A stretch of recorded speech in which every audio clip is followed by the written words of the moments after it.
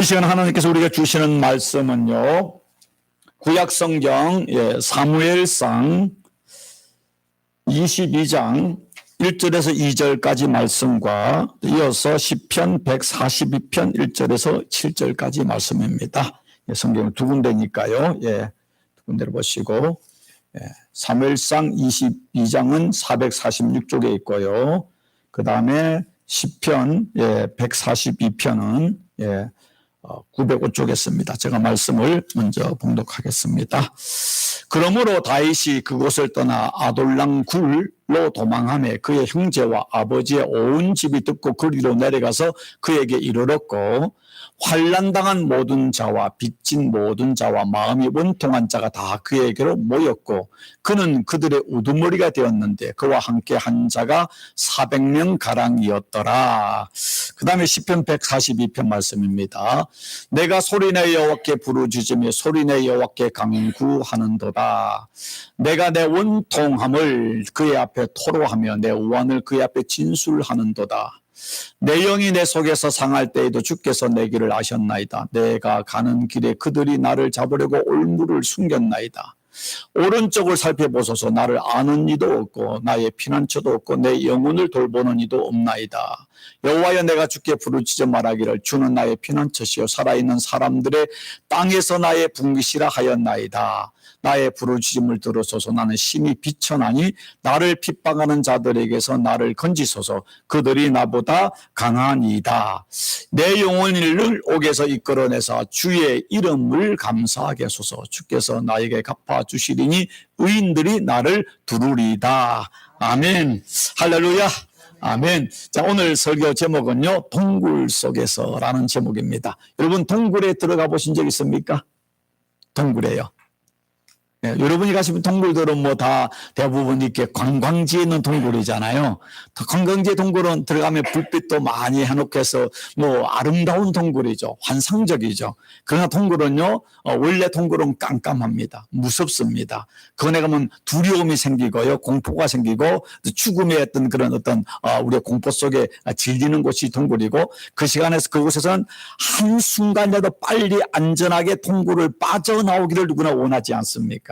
그러나 우리가 물질적인 장소적 동굴도 있지만은 인생을 살다 보면은요, 우리의 어떤 정신적으로, 육체적으로, 또 환경적으로 우리는 삶의 동굴에 들어갈 때가 있습니다. 그전 교회 성도님과 한번 이렇게 전화 통화하는데 그분이 그런 이야기를 해요. 목사님, 참 깜깜한 동굴입니다. 근데 이 동굴에 도대체 얼마 동안 오래 있어야 될지 모르겠습니다. 끝이 안 보입니다. 빛이 없습니다. 목사님, 어떻게 하면 좋아요? 라고 이야기하는데, 참 그 이야기가 이 시간이 지나도 계속 이렇게 마음에 이렇게 잔영처럼 남으면서, 하나님, 그 권사님을 하나님 좀 도와주셔야 된다. 하나님 살아계시지 않습니까? 하면서 그 안타까움을 놓고 어떻게 좀 도와드려야 될까? 그저 목사로 기도하면서 기억하는 거 외에 좀 할 게 없잖아요. 그런데 오늘 이 말씀은요, 우리가 잘 아는 다윗 왕이 동굴 속에서 했던 기도가 바로 시편 142편이고 그 다음에 시편 57편, 이 두 개가 동굴에서 다윗이 하나님께 기도한 것입니다. 그 이야기의 내용이 바로 어디서 시작되는가 하면은 오늘 사무엘상 22장에 있는 말씀을 전제인 것입니다. 그러므로 다윗이 그곳을 떠나, 이것을 말해 그곳이 어떤가 하면은 21장에 다윗이 사울 왕을 피하여 더 이상 유대 땅에, 이스라엘 땅에 있을 곳이 없어서 해외로 망명을 가는데, 망명을 어디로 가는? 블레셋으로 갔습니다. 블레셋은 이스라엘과 철천지 원수입니다. 특별히 블레셋 사람들이 이스라엘 사람 중에 가장 두려워하고 무서워하고 자기들 원수 중에 원수가 누구면 다윗입니다. 왜냐하면 다윗은 바로 여기 블레셋 최고의 영웅, 그 정말로 거인이었던 그 골리앗을 일하게 무찔러 죽인 사람이거든요. 그렇기 때문에 블레셋 사람은 다윗은 가장 두려움의 대상이고 그들이 죽여야 할 제1의 인물이 다윗인데, 오죽 갈 곳이 없고 급했다면은 다윗이 사울 왕을 피해서 도망간 곳이 어딘가 하면 블레셋입니다. 블레셋으로 가면은 아무리 사울의 군사라도 적국이기 때문에 그 블레셋 땅에 자기의 군사들을 보낼 수는 없잖아요. 그곳에 가서 어디에 숨었는가 하면은 바로 이 골리앗의 그 고향인 가드의 지방에 가서 숨었는데, 근데 그곳에 있는 블레셋 사람 중에 다윗의 정체를 알고 그 블레셋 왕에게 저 사람은 골리앗을 죽인 우리의 원수인 다윗입니다라고 이야기하고 정체가 폭로난 겁니다. 정체가 탄로났습니다. 정체가 탄로나면 어떻게 됩니까? 이제 그들은 다윗은 도간에 든지로 그는 체포되면 그대로 죽는 거예요. 이기가 됐습니다. 이제 자기의 정체가 탄로난 걸 알고 다윗이 한 것이 뭔가 하면은 오늘 21장에 보면은 가드 왕 아기스를 심히 두려워하여, 야, 이제 내가 살기 위해서 블레셋 땅에 사울 왕을 피해 왔는데 내 정체가 탄로나서 내가 죽게 되었구나. 다윗은 심히 두려웠습니다. 그래서 한 것이 뭡니까? 미친 척 하는 것입니다. 미친 척 하는데 그 애가 어떻게 하면은 침을 흘리면서 대문짝에 그득거리면서 침이 수백 흘러내리는 겁니다. 그러니까 골리앗을 죽였던 그 영웅, 그 다윗의 그 장군이라는 사람이 침을 흘려서 이 온 수염에 다 침이 붙어 있죠. 몸을 자기 또 이렇게 문짝에 긋고 있죠 하니까 저 사람이 다윗은 다윗인데 옛날 다윗이 아니네? 미쳤구나. 아, 사울왕의 그 핍박을 피해 다니다가 드디어 미쳐버렸구나. 미쳤기 때문에 자기네 원수인 골리앗 땅, 골리앗의 고향인 이 블레셋으로 도망을 왔지. 삼생하니까 야, 저 미쳐버렸구나. 야, 미친 사람을 왜 죽이냐. 우리가 자존심이 있지. 그 죽이지 않은 겁니다. 그래서 다윗이 죽을 수밖에 없는 이기송에서 살아나서 다시 고국으로 돌아온 겁니다. 그런데 돌아왔더만은 그곳에는 그 다윗 왕의 정예 군사 3,000명의 전국을 다니면서 정말 지구문까지 다니면서 저희 사울을 죽이려고 하니까 다윗이 피한 곳이 어디가면 다윗이 그곳을 떠나 아둘람 굴에 도망하며 굴로 도망을 한 겁니다. 오직 갈 곳이 없으면, 그렇지 않습니까? 여러분, 뭔가 이렇든 뭐 강아지든 고양이든 뭐 이렇게 쫓으면은 갈 곳이 없으면 구멍으로 들어가잖아요. 들어가면 나올 것 없으면 그곳에 머리를 딱 쳐박고서 그만 있는 거예요. 왜? 그거는 이제 마지막, 죽기 아니면 살기로 마지막 하는 일이 그거 아니겠습니까? 지금 다윗이 더 이상 갈 곳이 없으니까 아둘람 굴에 도망을 갔는데 그 도망을 혼자 가서 살기도 힘든데 그 이야기를 듣고 그의 형제와 아버지의 온 집들이, 그의 모든 형제들, 가족들이 다 거리를 내려왔다는 겁니다. 왜 내려왔을까요? 바로 다윗 때문에 다윗의 아버지 이새와 그 어머니와 그 형제들 핍박을 당하니까 살 수가 없는 거예요. 그래서 다윗의 소식을 듣고 그곳에 왔습니다. 다윗 혼자 들어가도 위험한데 형제들이 찾아왔으니까 얼마나 위험하겠습니까? 그런데 그거로 끝나는 것이 아니라 환난을 당한 모든 자, 사울왕의 폭정 속에서 환난을 당하고 가난한 사람, 억울한 사람들, 빚진 자들이 마음에 원통한 자가 다 다윗의 소문을 듣고 그곳에 왔는데 그 숫자가 400명이에요. 가족까지 하면 줄잡아 600명, 1000명도 될 수 있는 거예요. 혼자 들어가도 안 될 그 상황 속에서 그 위기가 온 것입니다. 엄청난 위기인 것이죠. 여러분, 이것이 바로 어떤 사진인가 하면은 이 그 유대 강야에 있는 동굴의 밖의 모습입니다. 사막 광야 동굴. 저는 돌팍 사이로 이제 들어가면 동굴이 있는 곳이 겉으로 보면 없는 것 같은 그런 동굴들인데 동굴 속을 보면은 이런 식으로 석회암이 있어가지고 안에다 이렇게 동굴 안에 이제 파여진 모습들이 있다고 고고학자들이 만든 현대도 보여지는 동굴의 모습입니다. 뭐 물론 다윗 왕 때는 좀 다를 수는 있겠지만은 바로 이런 식의 동굴이고 그 안에 햇빛이 들어오면 안에 넓으면 이렇게 크게 넓어서 그 안에 뭐 수십 명이 있을 만큼 끝에선 조그마한 구멍인데 들어가면 넓은 장소들이 있다고 하는 것입니다. 자, 지금 이곳에 다윗이 들어갔습니다. 들어가서 그곳에서 있는데 다윗의 마음은 어쩌까? 여러분이 만약에 인생에 누군가에게 쫓겨서 동굴에 들어가면 그곳에 들어갔을 때 여러분 무엇을 할 것이고 어떤 심정이고 어떻게 살아나올 수가 있겠습니까? 그럼 인생을 살다 보면은요, 인생은 만남 아니겠습니까? 근데 만남은 수많은 사람을 만나지 않습니까? 근데 만남은 좋은 만남도 있고 또 좋지 않는 만남이 있습니다. 제가 이번에 이제 내시빌 테네시에 갔는데 내시빌 테네시가 바로 제가 처음 미국을 온 곳이거든요. 왜 내시빌 테네시로 왔는가 하면은 바로 제가 한국에서 같이 교회 생활을 하던 저보다 2살 많은 그 이제 형이죠. 교회 선배죠. 그 뭐 2살 많은 선배인데 저하고 의형제예요. 여행제가 그곳에 있으니까 이제 그곳에 미국 올 때 제가 가져온 돈 전 재산이 3,000불이었거든요. 처음에 오면 그거 가지고 아무것도 차도 뭐 중고차도 못 사는 거고 뭐 처음에 뭐 초등학교 등록금도 안 되는 상황에 어린 아이를 데리고 마누라 올 때 뭐 저 갈 곳이 없잖아요. 그러니까 이제 그 여행제 집에 와가지고 같이 생활하면서 이제 야간에는 빌딩 청소하고 낮에는 공부하면서 유학 생활을 시작한 겁니다. 참 저에게는 너무 소중하죠. 그 형제 집을 찾아가가지고 좀 뭐 사실 이제 그 전에 뭐 이렇게 호텔에서 만났지만 그 집을 찾아가서 만난 거는 이제 30년 정도의 미국 생활 속에서 지금 몇 번째거든요. 온 가족 가서 이제 우리 아이는 처음 이제 가서 이제 큰아빠라고 부르는데 그 집에서 만난 겁니다. 같이 만나고 이렇게 이제 고맙고 해서 내려오면서 이제 카톡을 주고 받는데 그 선배가 하는 말이 참 오랜 세월이 지나도 여전한 전혀 변하지 않는 또 우리를 보면서 참 기뻤다. 또 저도 감사를 하는데 30년이 지났고 물론 그전에 만난까지 하면 지금 40년인데 제가 10대 때 만난 거거든요. 고등학교 다닐 때 만나서 지금까지 이어져 가면서 저에게는 어떻게 보면 피를 나눈 형제보다 더 소중한 사람이거든요. 2살 차이에요. 그러니까 선배도 내가 목사가 되니까 말을 잘 떠들 놓지를 못하는 거예요. 저는 형 그러니까 2살 차이니까 그냥 뭐 말을 오라 하고 또 뭐 말 서로 이름 부르자는데 제가 하는 건 뭐냐면 형은 나에게는 영원히 형이다. 2살 차이지만 내 세상에 만나면 저보다 나 10살 많은 사람하고도 뭐 서로 친구도 할 수 있지만은 나와 당연히 형과는 만남은 정말 그 같은 교회에서 어려울 때 만나서 서로 정말 위로가 되고 힘이 되었기 때문에 난 죽을 때까지 당신은 나에게 형이다 라고 저 이야기하면서 그런 아름다운 우정과 사랑을 나누게 되는 것입니다.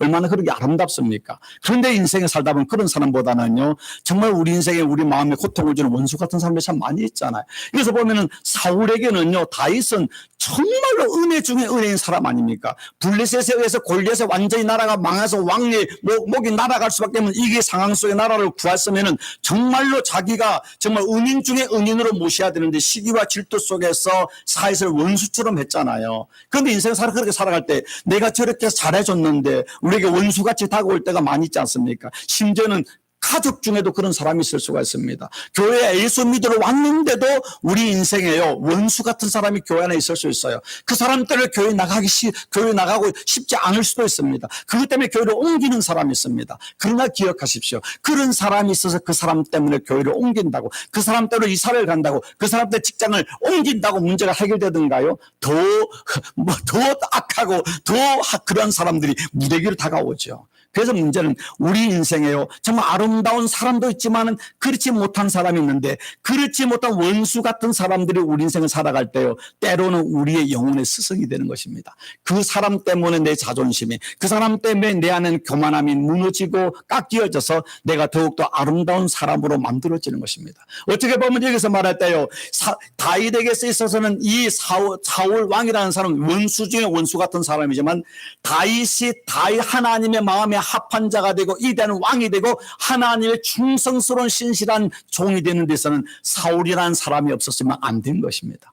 사울이란 지독한 원수 같은 사람이 있었기 때문에 다윗은 겸손할 수 있었고 하나님을 붙잡을 수 있었고 기도할 수 있었고 믿음의 사람이 될 수 있었던 것입니다. 여러분의 인생에 고난이 있을 수 있습니다. 여러분의 인생에 원수 같은 사람이 있을 수 있습니다. 그 사람이 내게 불행을 주는 것 같고 그 사람이 내게 마이너스 되는 것 같지만은 믿음으로 그것을 잘 활용한다면 그는 여러분의 영혼의 스승이고 축복으로 나가는 지름길이 될 수 있다는 사실을 기억하십시오. 지금 다윗 왕은 사울 왕 때문에 그 블레셋에 가서도 죽음의 이기를 당한 미친 척하는 자기 자존심에 완전히 짓밟히는 상황이 되어서 미치광이가 되어서 그가 다시 동국으로 돌아갈 곳이 없어서 지금 동굴에 갔습니다. 그럼 우리는 어떻게 하겠습니까? 사울 왕을 증오해야 되지 않습니까? 내 인생이 왜 이러냐? 하나님 내가 언제 왕 된다 했습니까? 사무엘 선지자를 막 원망하거나 하나님 왜 내게 고난을 줍니까? 내게 왜 사람들을 보내가지고 나 혼자 살 수도 없는 상황인데 왜 저 사람들 끌거지들을 보내가지고 이제 죽게 됩니까? 내가 저들을 낳은 자입니까? 저들을 내가 저들이면 내가 부모입니까? 형제입니까? 라고 말할 수 있지 않겠습니까? 여러분 인생 그런 일 많이 있잖아요. 그래서 오늘 다윗은 이런 상황 속에서 그가 어떻게 하고 있다는 것을 보면서 우리 자신을 돌아봐야만 하는 것입니다. 여러분 아시는 것처럼 지금 백신을 1차, 2차 맞고 그 다음에 또 부스터샷을 맞으면서 여러분 이제는 코로나부터 우리는 안전하겠지 라고 했는데 또 뭐가 굴러 들어왔습니까? 새로운 오미크론? 오마크론인가 오미크론인가. 저 아프리카에서 또 뭐 다시 하는 변이가 나왔는데 델타 뭐 바이러스보다 뭐 2배인가 뭐 3배 해가지고 또 전 세계 또 초긴장되고 선진국들이 또 뭐 빗장을 또 뭐 걸어 잠그고 또 뭐 월가의 주식 지수가 또 떨어지고 막 하지 않습니까? 또 이러면 야, 이러다가 교회가 어떻게 되지 않을까? 경제가 어떻게 되지 않을까? 자영업을 하는 사람들 또 뭔가 괜찮은 것 같아가지고 뭐 또 이렇게 직원들을 하이했는데 또 문제가 생기니까 뭐 한국 같은 자영업자들 뭐 이것 때문에 뭔가 오픈되는 줄 알고 사람들을 하고 물건을 들였는데 다시 또 문이 닫혀가면 지금 밤잠을 못 잔다는 겁니다. 저 그렇지 않습니까? 지금 우리 인생에 그 교회들은 우리는 참 하나님 은혜로 지금까지 참 이렇게 예배를 드리지만 한국에 있는 교회라든가 대도시에 있는 교회들 다시 교회가 문을 닫게 되면은요 큰 문제고 한국에 있는 교회들 지금 그 많은 교회 그 1만 교회가 문을 닫는 이게 당했습니다. 영적인 문제죠.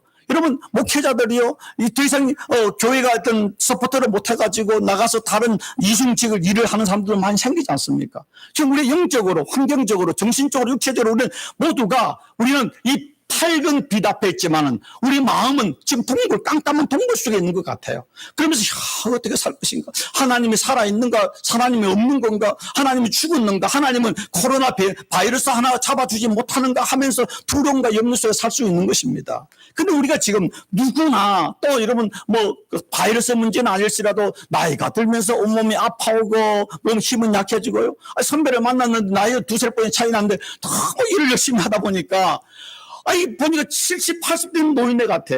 쌀 한 봉지였는데 그걸 못 들어요. 힘이 빠져가지고. 이거 얼마나 마음이 아픈지. 참, 이민생활 성실하게 살아봤는데 몸은 관리하지 못해가지고 코스코 가가지고 뭐 비타민 같은 걸 사가지고 형, 자기 돈을 살 수 있죠. 그러나 자기 돈은 그 전부터 살아고 다 찍어보내 안 해가지고 코스코 끌고 가가지고 자기 돈으로 사면 안 먹을 것 같아가지고. 그래도 가난한 목사가 동생이 사주면 미안해서도 먹잖아요. 그래서 사줘가지고 단백질하고 비타민하고 뭐 이런 거 막 사가지고 이거 제발 좀 먹으라고. 돈만 벌면 뭐 하냐고. 건강해야 되지 않냐고. 건강해야 되지 않냐고.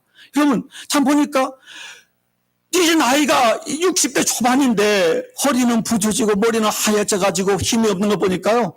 야, 참 마음이 짠한 거예요. 그렇지 않습니까? 누구도 예의 없이 나이가 들면서 또 한 해가 지나면서 건강이 달라지잖아요. 우리 건강에 어떤 그런 게 있고 내가 미래가 어떻게 될까? 나름대로 앞에가 훤하기보다는 깜깜해 보이잖아요. 그러면 많은 사람은 한이 맺히고 아쉬움이 있어서 한숨을 쉬면서 그렇게 살아가는데 오늘 이 말씀 속에서 하나님이 우리에게 주시는 분명한 메시지가 있습니다. 인생에 누구나 우리는 푸른 초장을 걸 때 있지만 사망의 음침한 골짜기를 지나갈 때가 있고요. 깜깜한 동굴에 들어가서 언제 어디가 그것이 출구가 되고 어디가 빛이 있고 언제 그곳에서 나올 수 있는지도 모르는 삶을 살아갈 때가 있다는 것입니다. 오늘 다윗이 이곳에 들어갈 때 하나님께서 뭐 때가 되면 나를 이곳에서 내보내가지고 내가 쨍하고 해뜰 날이 오고 내가 왕이 돼가지고 짱 하겠지 그런 생각이 들겠습니까? 과연 하나님 있을까? 뭐 나를 왕을 만든다고? 아니 그런 필요 없고 지금 그냥 내가 더 이상 사울 왕에 쫓기지 않고 내 가족들과 하루 세끼 먹고 살기만 하면 좋겠다 그런 생각이 그게 소원 아니겠습니까? 그런 상황 속에서 지금 다윗이 동굴 속에 들어가 있습니다. 그런데 그가 동굴 속에서 그가 고백하는 말이 있습니다. 내가 가는 길에 그들이 나를 잡으려고. 누굽니까? 지금 사울왕과 그의 부하들이 나를 잡으러 올무를 숨겼나이다. 오른쪽을 살펴보소서. 나를 아는 이도 없고 나의 피난처도 없고 내 영혼을 돌본 이도 없나이다. 우리 인생 상대들이 때가 있잖아요. 아무도 주위에 사람들은 많지만은 내 마음을 위로하고 나를 도와줄 수 있는 사람, 아니 내가 이미 현재의 문제를 해결할 수 있는 아무도 없는 것처럼 느끼는 혼자 사막에 팬티바람을 서 있는 것처럼 그런 두려움과 애로움과 고독이 우리가 올 때가 있어요. 공중 사람은 많지만 애로움을 느낄 때가 있다는 것입니다. 또 그가 이건 시편 142편도 그 앞에 보면 다윗이 아둘람 동굴에 숨어 있을 때 쓴 시라고 되어 있거든요. 똑같이 동굴에 있는 시가 뭐냐면 시편 57편인데 거기에도 그가 고백하고 있습니다. 내 영혼이 사람을 잡아먹는 사자들 가운데서 살며 여러분, 얼마나 다윗이 지금 감옥 그 동굴 속에 있는 삶이 절망스럽고 두려우면은 내 영혼이 사람을 잡아먹는 사람들, 사자들 가운데서 살며 내가 불사르는 자들 중에 누워있고 곧 사람들의 아들들 죽여라. 그들의 이빨은 창끝과 같고 하살촉과도 같고 그들의 혀는 날카로운 칼 같도다. 얼마나 다윗을 지금 해로 잡아먹는 정말 비난하고 조롱하는 말을 하면은 가슴에 막 비수가 꽂히는 거예요. 그들은 내 목숨을 노리고 내 발 앞에 그물을 쳐놓아 내 기가 꺾였나이다. 내 기가 완전 기가 꺾여가지고 뭐 살 희망이 없는 겁니다. 그들이 내 앞에서 함정을 파놓았지만 함정을 파놓은 것입니다. 여러분, 이런 상황 되면 어떻게 되겠습니까, 사람이? 그런데 여러분, 우리가 이렇게 되면 그러면 뭡니까? 야, 더 이상 살고 싶지 않다. 어떻게 해야 편안히 좀 죽을 수 있을까? 아니, 자살하면 천국 못 간다는 게 죄가 되니까 자살은 못하고, 하나님 다른 건 필요 없고 내가 지금 잠잘 때니까 내일 아침이 다시는 눈 뜨지 않고 그냥 쫙 죽어버리면 좋겠습니다. 죽어버리면 좋겠습니다. 그런 생각이 들잖아요. 나이가 들면서 몸이 아프면 하나님, 이렇게 아프면은 나중에 누가 나를 돌볼 수 있을까? 내가 많이 아프면은 그냥 병원에 가야 되는데, 그러면 얼마나 고생해. 연우도 통하지 않고 음식도 못 먹는데 어떻게 될까? 그런 두려움이 우리가 다 있잖아요. 누구나 미래에 두려움이 있습니다. 그런데 이런 상황 속에서 다윗이 그 절망과 두려움 속에서 그가 원망하거나 불평하거나 죽고 싶어 하는 것이 아니라 그가 할 수 있는 아무것도 할 수 없는 상황에서 그가 한 것이 딱 한 가지 있습니다. 무엇을 했겠습니까? 여러분은 무엇을 해야만 된다고 생각하십니까? 여러분의 정말 인생에 통굴이 왔을 때 육체적으로든 경제적으로든 환경적으로든 영적으로든 자녀의 문제라든 자신의 문제라든 사업의 문제라든 여러분의 인생에 통굴이 왔을 때에 미래가 깜깜해서 출구가 보이지 않을 때 우리가 무엇을 하는 것입니까? 오늘 믿음의 영웅인 다윗을 보면서 우리가 한번 보기를 원합니다. 그 상황 속에서 다윗이 시 140병의 동굴 속에서 뭐라고 이야기해서 같이 한번 읽어보겠습니다. 시작. 내가 소리내어 여호와께 부르짖으며 소리내어 여호와께 간구하는도다. 내가 내 원통함을 그의 앞에 토로하며 내 우환을 진술하는도다. 그랬습니다. 예, 지금 동굴 속에서 정말 그가 사방에 자기를 지금 죽이려는 사자들 사람들 우글거리는 상황 속에서 그가 절망하거나 포기한 것이 아니라 그가 하는 것이 소리내어 여호와께 부르짖었다. 뭡니까? 소리내어 하나님께 기도하는 것이죠. 부르짖어. 하나님 좀 도와주십시오. 하나님 좀 도와주십시오. 하나님 나를 좀 불쌍히 여겨주십시오. 내가 여호와께 간구하는도다. 내 원통함을, 내 억울함을, 내 연약함을, 나의 상처를, 나의 불안함을, 나의 미래를 그 하나님 앞에 토로하며 내 안에 있는 우환을 그의 앞에 진술하는도다. 마치 내 앞에 지금 아버지가 있는데 그 앞에 어린아이가 말하는 것처럼 그 앞에 가슴을 묻고 아빠 좀 도와주세요. 아빠 내가 힘들어요. 라고 하나님 앞에 지금 다윗이 부르짖고 있는 것입니다. 부르짖고 있는 것입니다. 부르짖는 것입니다. 언제까지 부르짖을까요? 여호와여, 내가 주께 부르짖어 말하기를 주는 나의 피난처시요 살아있는 사람들의 땅에 나의 분깃이라. 나의 부르짖음을 들으소서. 나는 심히 비천하니이다. 나를 핍박하는 자들에게서 나를 건지소서.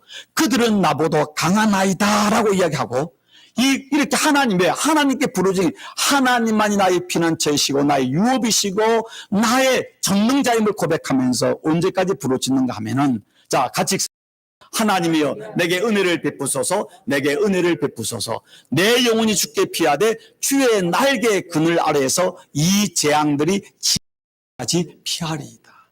이 재앙, 이 고통, 이 어려움, 이 불안, 이 절망, 이 깜깜함이 지나가기까지 지금 하나님의 날개 그늘 아래에서 내가 피하겠다. 다른 말로 하나님께 내가 무릎을 꿇고 부르짖어 기도하며 하나님의 때를 기다리겠다.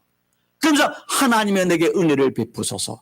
우리 인생에요, 아무리 건강하고 지식이 있고 명예가 있고 물질이 있다 할지라도 하나님의 은혜가 없는 인생은 안고 없는 찐빵입니다.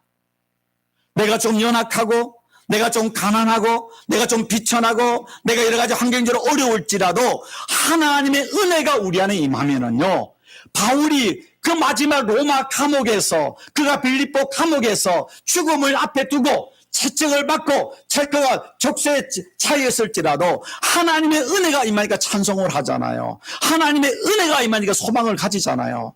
하나님의 은혜가 더하면요 아무리 세상의 부귀영화를 누려도 그 인생의 절망입니다. 절대로 물질은요 우리 인생의 순간의 편리함은 주지만 마음의 평안을 줄 수가 없는 겁니다. 마음의 평안은 하늘로부터 오는데 바로 언제 우리가 평안입니까? 하나님의 은혜가 임할 때. 지금 다윗이 하나님 나를 이 원수들에게서 나를 구원해 주소서 말하는 것이 아니라 하나님이여 지금 내게 은혜를 베푸소서. 지금 감옥의 깜깜한 성에서 그가 하는 것이 하나님의 은혜를 구하는 것입니다. 내게 은혜를 베푸소서, 은혜를 베푸소서. 여러분의 기도 속에 가장 중요한 하나님, 나에게 성령이 충만한 하나님의 은혜가 임하기를 원합니다. 은혜는요 여러분이 아무리 하루 12시간 20시간 일하고 여러분 100만 불 200만 불을 번다고 그 돈이 여러분의 은혜가 되지 않지 않습니까? 하나님의 은혜는 하나님께 무릎을 꿇어야 임하는 것이죠. 다윗이 사울 때문에 더욱더 그 하나님 축복을 받을 수 있는 것은 자기 힘으로 아무것도 할 수 없기 때문에, 그는 동굴에서 아무것도 할 수 없었기 때문에 그가 할 수 있는 유일한 것이 무엇입니까? 하나님께 무릎을 꿇는 것뿐이었어요. 하나님께 두 손을 들고 부르짖어 기도할 수밖에 없는 것이에요. 그 순간에 그가 하는 건 세상의 명예와 부귀가 아니라 하나님의 은혜를 베풀어 달라는 것입니다. 하나님의 은혜. 하나님의 은혜가 임하면은요, 환경과 모든 세상의 것을 넘어선 하나님 평화가 있고 꿈이 생기고 비전이 생기는 것이죠. 여러분, 다윗이 그 시편에서 할 때 하나님을 어떻게 고백하고 있습니까? 하나님은 피난처이시다. 하나님은 환난의 날 힘이시다. 반석이시다. 요새시다. 산성이다. 망대다. 왕이다. 선한 목재다. 노래다. 찬송이다. 능력이다. 생명, 영광, 재판과 수많은 것을 하나님을 표현할 때 그럽니까? 하나님의 은혜가 임하면 그런 하나님 능력이 임함을 알기 때문인 것입니다. 다윗이 하나님 앞에 그 밤낮으로 그 시간이 끝날 때까지 하나님께 부르짖어 기도했습니다. 아까도 동굴이었죠. 이것도 동굴입니다. 그가 하나님께 간절히 기도할 때 깜깜한 동굴에서 그 영혼의 새벽을 경험하는 것입니다. 그 육체적으로 한겨울 눈을 떠봤다 깜깜했지만은 기도하는 가운데 영적으로 그 동굴 끝에서부터 뭔가 새로운 빛이, 하나님의 은혜의 빛이 임하면 그가 고백하기 시작하는 것이죠. 은혜의 빛이 임하는 것입니다. 여러분, 아무리 불이 여러분 집안에 환하게 온 집을 환하게 대낮같이 밝혀놓는다고 집안에 행복하던가요? 아니죠. 내 마음에 빛이 임하야. 예수님께서는 나는 빛이라. 나는 세상의 빛이라.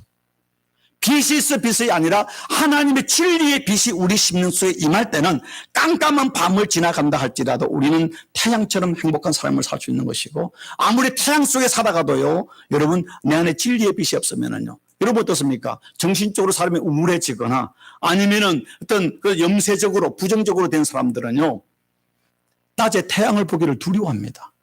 집안에도 대낮 같은 대낮이 돼도요, 온 집을 커튼을 깜깜하게 극장처럼 해놓고 빛이 들어오지 않게 합니다. 애들 빛을 보기를 싫어합니다. 그러나 진리의 사람은 하나님의 빛이 임하면은 비록 집안이 깜깜하다 할지라도 그 집에 들어가면은 뭐 영적인 기운을 느낍니다. 목회자가 신방을 가면은요, 그 전에 교회 보면은 어떤 사람은 뭐 진짜 대궐 같은 집에 살기도 하고, 어떤 사람은 작은 집에 사는데요, 집의 크기와 아니면 집의 가구와 뭐 그런 것이 아니라 어떤 집에 들어가면은 딱 들어가는 순간에 영적으로 평안함이 느껴지는 집안이 있습니다. 어떤 집에 들어가면 싸늘함이 느껴지는 있습니다. 그 영적으로만 느껴질 수 있습니다. 어떻게 느껴지는지 아십니까? 그 집안에 그 살아가는 사람이 얼마나 하나님께 기도하는 사람이고 하나님의 은혜를 아는 사람 집은요, 비록 초가상가 같은 집일지라도 그 집은 따스합니다. 그 집에 가서는 작은 음식을 놓고 먹어도 행복합니다. 어떤 집은 대궐 같은 집에 가서 맛있는 스테이크를 주는데도요, 먹는데 맛이 없습니다. 소화가 되지 않습니다. 집에 돌아올 때 기분이 찹찹합니다. 좋지 않습니다. 바로 이 동굴이 정말로 그곳에는 박쥐가 살고 어두운 것이고 축축한데, 다윗이 기도할 때 그 안에 하나님의 은혜가 임하니까 영적인 새벽을 경험하게 되지 않습니까? 그래서 다윗이 앞에는 앞으로 아무 옆으로 안내를 도울 자가 없다고 그렇게 이야기하는 게 부르짖었는데, 그 동일한 시편에서 말하기를 하나님이여 주는 하늘에 높이 들리시며 주의 영광이 온 세계 위에 높아지기를 원하나이다. 하나님이 내게 은혜를 베푸소서, 은혜를 베푸소서, 나를 구원하소서 했는데, 그 기도를 주님께서 이 재앙이 지나가기까지 하나님께 기도를 시작했는데, 그게 며칠이 지나고 밤낮을 기도하는 가운데 그의 똑같은 동굴이지만은 동굴 속에 그가 하나님을 향해서 주는 하늘 위에 높이시며 지금 그 안에 깜깜한 밤입니다. 별빛도 보이지 않습니다. 태양이 없습니다. 그런데 그는 영적으로 하늘을, 육체적인 물질적 하늘을 넘어서 영적인 하늘을 보면서 주는 하늘의 높이 들리시며 주의 영광이 온 세계에 높아지기를 원하나이다. 이걸 듣는 가족이나 옆에 있는 같이 왔던 그 많은 사람들이 다윗이 기도하더만 미쳐졌나? 무슨 저런 기도를 해? 당장 먹을 것도 없고 생명이 위험한데 뭐 하나님의 영광이 온 세계에 높아지기를 원한다고요?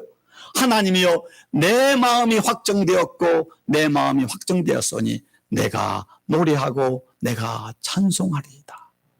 여러분, 어떻게 동굴 속에서 이런 말을 할 수 있습니까? 기도하지 않으면은요, 여러분이 아무리 좋은 대걸 같은 집에 살아도요, 날마다 원망과 불평과 절망과 근심과 걱정으로 가득 찰 수밖에 없고요, 동굴 같은 어두움 속에서도 하나님을 향해 기도하면은 내 마음에 하나님의 은혜가 임하고 내 마음에 하나님의 충만한 은혜가 임하면은 우리는 그 상황에서도 축제를 벌이는, 노래하고 찬송하는, 부흥회를 하는 그 기도의 장소가 되는 은혜가 임하는 거 아니겠습니까?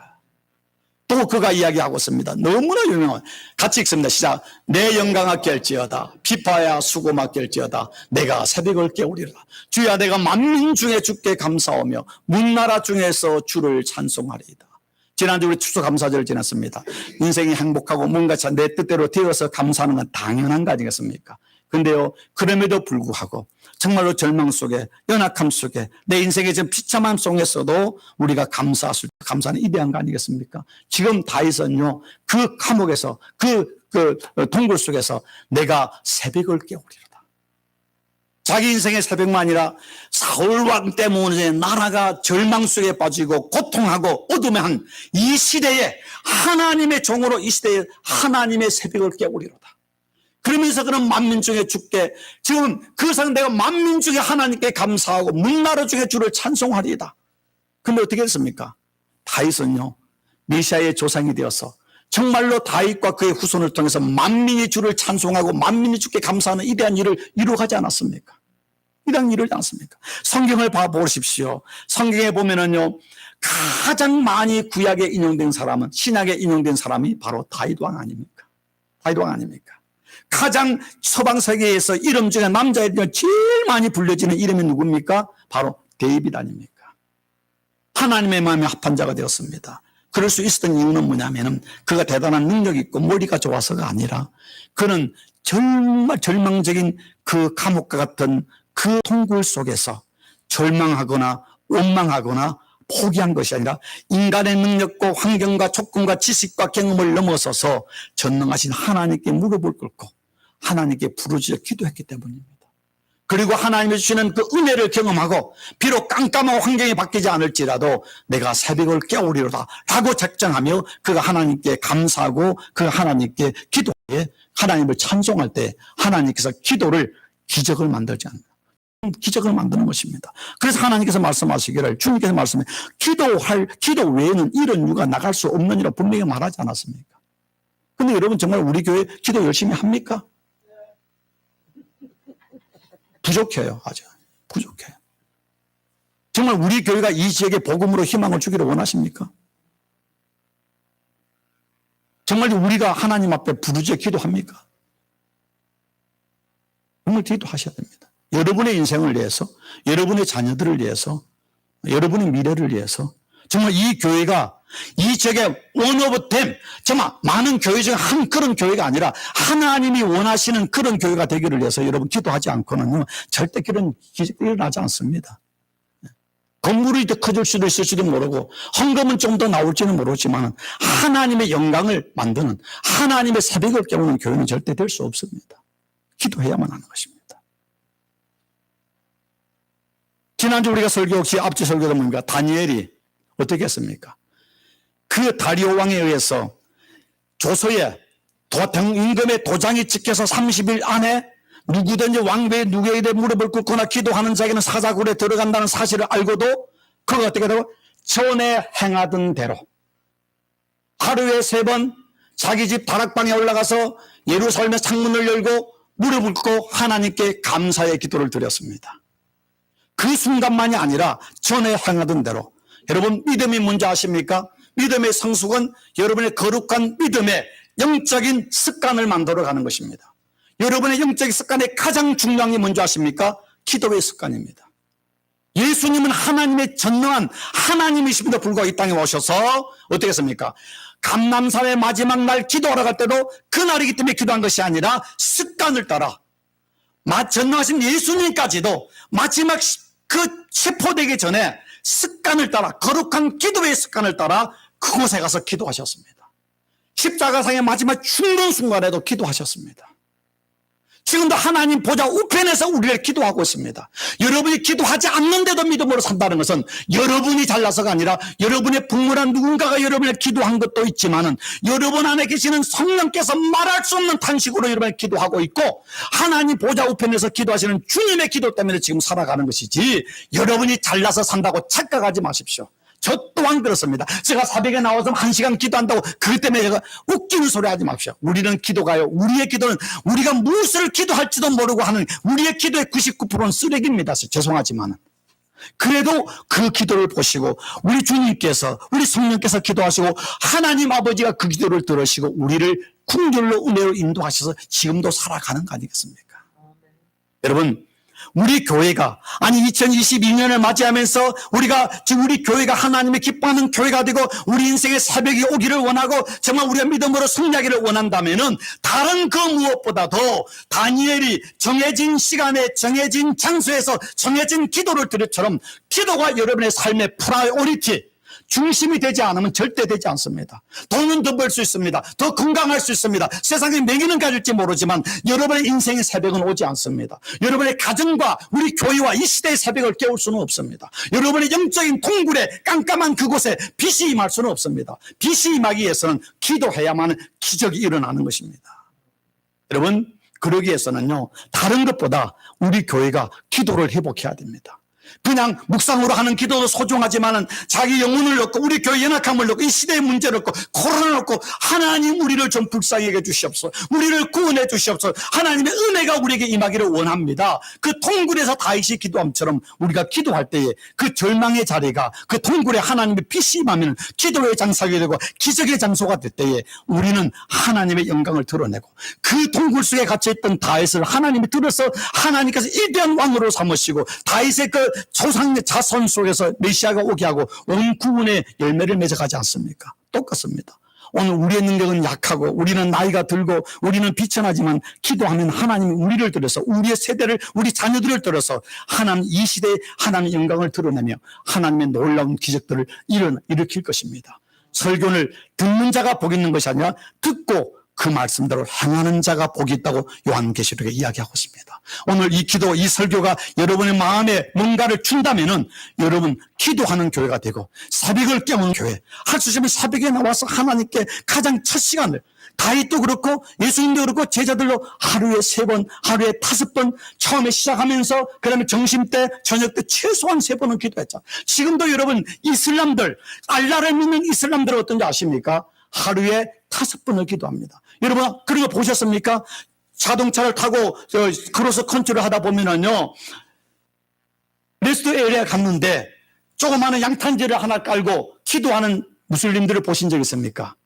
그들은요 무슬림들은 하루에 5번 세계 어디 있을지라도 메카를 향해서 하루 5번 무릎 꿇고 기도합니다. 저 아이가 다니는 중학교 다닐 때 그 학교에는 무슬림 아이가 있는데요. 교장이 그 아이가 기도하는 시간에 기도할 장소를 교장실을 내줬습니다. 적어도 우리가 무슬림보다는 더 기도해야 되잖아요. 무슬림을 이기기 위해서는. 적어도 우리 교회가 좋은 교회가 되기 위해서는 적어도 더 기도하는 교회가 돼야 되죠.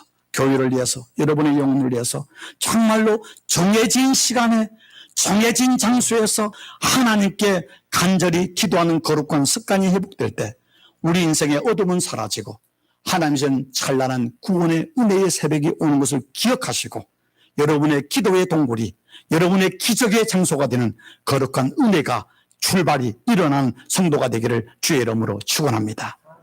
기도하겠습니다. 좋으신 하나님 감사합니다.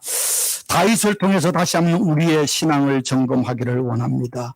절망과 정말 깜깜한 동굴에서 다윗은 절망하지 않고 원망하지 않고 하나님께 두 손을 들고 무릎을 꿇고 하나님이여 내게 은혜를 베풀어 주소서. 하나님만이 나의 피난처이시고 나의 분깃입니다.